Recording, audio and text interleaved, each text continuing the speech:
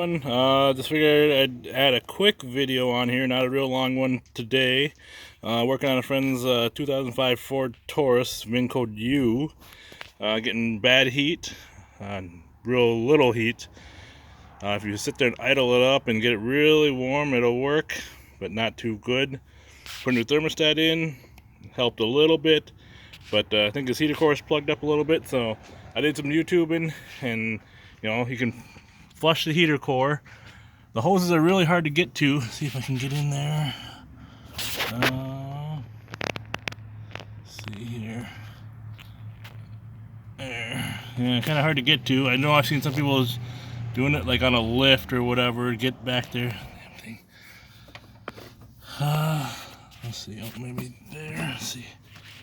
Okay, so you can actually see the two heater hoses are down there just below the vice grips there. They kind of make that 90-degree turn.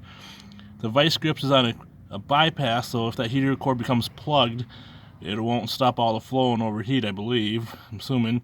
But those two hoses actually that go to the heater core itself are very hard to get to from up top. What I discovered is if you follow all the hose assemblies, the one that goes into the heater core actually comes up right here. I pulled it off already because I was working on it, but it actually goes down, straight down from the alternator there. You can pull that off, which I did here. And then the throttle body, over by the thermostat, there is this other hose right here, which goes from the heater core, comes from the heater core to return back to the motor. So I just pulled them off there.